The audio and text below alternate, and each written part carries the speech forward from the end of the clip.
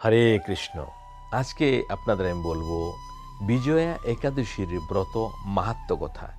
বিজয়া একাদশী পড়েছে আগামী শুক্রবার অর্থাৎ 30শে মাঘ, আর ইংরাজি হচ্ছে আপনার 13ই ফেব্রুয়ারি 2026।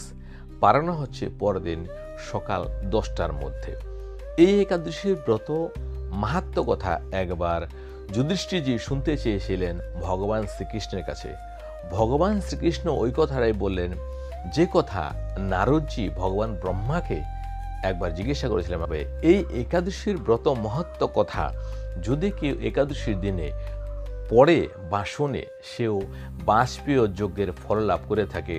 তো ভগবান ব্রহ্মা বলেন যে কোনো এক সময় 14 বছরের জন্য পিতৃসত্য পালন করতে শ্রীরামচন্দ্র পুরাণ পুরুষ উনি ভ্রাতা লক্ষ্মণ এবং মাতা সীতার সাথে পঞ্চবটির বনের মধ্যে নিবাস করে থাকতেন।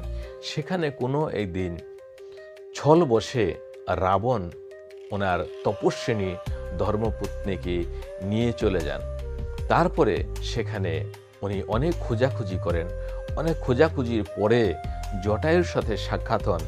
সেই অনেক খোঁজাখুঁজির পরে জটায়ুকে দেখতে পান।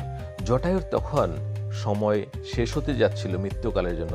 তখনই শ্রী রামচন্দ্রকে সে বিবরণ বললেন যে মাতা সীতাকে কোন দিকে নিয়ে গেছেন, এবং সেই জটায়ুর প্রান্তেক হলো এবং উনি নিজের পিতার মতো সুসম্মানে তার দেহ কার্য করলেন। তারপরে ওনার দেখা হলো বানররাজ সুগ্রীবের সাথে, তারপরে দেখা হলো হনুমানের সাথে। ওনার সাথে দেখা হওয়ার পরে সুগ্রীব এবং হনুমান মিলে বানর সেনা তৈরি করলেন। বানর সেনা তৈরি করে ওনারা সমুদ্রের কিনারে গিয়ে পৌঁছালেন। তখন হনুমানজি উড়ে গেলেন সেই দক্ষিণ দিশায়। লঙ্কাতে গিয়ে দেখলেন রাবণের সেখানে বনের মধ্যেই রাখা আছে মাতা সীতাকে, এবং শ্রীরামচন্দ্রের কোনো একটা নিশানা দিলেন, সেটা মাতাকে সীতাকে। ভগবান হনুমানজি শ্রীরামচন্দ্রের কোনো একটা চিহ্ন বা কোনো একটা নিশানা নিয়ে গেছিলেন, সেটা নিয়ে মাতা সীতাকে দেখালেন এবং মাতা সীতা তখন বিশ্বাস করলেন। এরপরে ওনারা সমস্ত বানর সেনা নিয়ে সমুদ্রের পাড়ে গেলেন। কিন্তু সেখানে যাওয়ার পরে ভগবান শ্রীরামচন্দ্র এবং ভ্রাতা লক্ষ্মণ দেখলেন এই সমুদ্রের মধ্যে ভয়ানক ভয়ানক জলজন্তু আছে। এর মধ্যে এত সৈন্য সামন্ত নিয়ে পার করা অসম্ভব। সেজন্য উনি লক্ষ্মণকে জিজ্ঞাসা করলেন যে এটার উপায় কি করে আমরা ওই পারে যাব। তখন শ্রী লক্ষ্মণ ঠাকুর বলেন যে আপনি তো পুরাণ পুরুষ, আপনি তো সবকিছুরই জ্ঞাতা, আপনি সবকিছু জানার সত্ত্বেও আপনি আমাকে এই কথা বলছেন। এই বনের মধ্যেই অর্ধেক যোজন দূরেই বকদালভ্য নামে একজন মুনি বাস করেন। আপনি ওনার আশ্রয় নিন, উনি সঠিকভাবে বলবেন। তারপরে ওনারা সবাই গেলেন।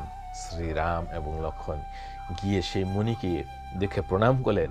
মুনি তো বুঝতে পেরে গেছে শ্রীরামকে দেখে যে তুমি তো কোনো কারণবশে এই মনুষ্য দেহ ধারণ করেছ, তুমি তো পুরাণ পুরুষোত্তম ভগবান বিষ্ণু, তুমি তো কোনো কার্য সিদ্ধির জন্যই এই মানুষ রূপে অবতার নিয়েছ, আমি তোমার চরণে প্রণাম করি। তখন সেই বকদালভ্য মুনি বললেন যে আমি তোমার কি সেবা করতে পারি। তখন শ্রীরামচন্দ্রজি বললেন যে আমরা সমুদ্রের ওই পারে যেতে চাই, সীতাকে সেখানে রাবণ নিয়ে গেছেন, তো তার কি উপায় কি করে হবে বা কোন পুণ্যের দ্বারায় আমরা সেখানে যেতে পারি নির্বিঘ্নতা ভাবে এবং লঙ্কা উপরে বিজয় প্রাপ্ত করতে পারি। তখন সেই বকদালভ্য মুনি বললেন যে মাঘ মাসের কৃষ্ণপক্ষে যে একাদশী হয় ওই একাদশীর নাম হচ্ছে বিজয় একাদশী। এই একাদশী পালন করে বড় বড় রাজা মহারাজারও বিজয় প্রাপ্ত হয়েছিল। তাহলে তুমি এই একাদশীটা পালন করো। তখন শ্রীরামচন্দ্রজি ওনার চরণে প্রণাম করে আসলেন। তারপরে শ্রীরামচন্দ্রজি বিজয় একাদশী নামে যে একাদশীটি আছে এটি পালন করলেন। পালন করার পরে হনুমানের দ্বারা এবং বানর সৈন্যের সহায়তায় সেই সমুদ্রের উপরে পুল বাঁধা হলো তারপরে তারা সেই পুল দিয়ে লঙ্কার উপরে গেলেন। লঙ্কার দিকে রাবণ এবং রাক্ষসদের সাথে অনেক যুদ্ধ হলো এবং সেই যুদ্ধের মধ্যে কুম্ভকর্ণর সহিত রাবণ এবং সমস্ত রাক্ষসকুলের বিনাশ করে তারা লঙ্কাকে জয় করেছেন এবং মাতা সীতাকে উদ্ধার করে নিয়ে আসেন। তারপরে অযোধ্যায় তারা গেলেন। এইভাবে এই কথাগুলো ব্রহ্মাজি বললেন নারদজিকে এবং নারদজি শুনলেন। সেই কথাটা ভগবান শ্রীকৃষ্ণ আবার বললেন। তারপরে বলেন যে একাদশীটা খুবই ধর্মনিষ্ঠাপূর্বকভাবে করা উচিত এবং সেই দিন দান ধ্যানও অনেক কিছু আপনি করতে পারেন। আর এই একাদশীর ব্রত মাহাত্ম্য কথা যদি কেউ একাদশী দিন পড়ে বা শোনে, সেও বাজপেয় যজ্ঞের ফল লাভ করে থাকে।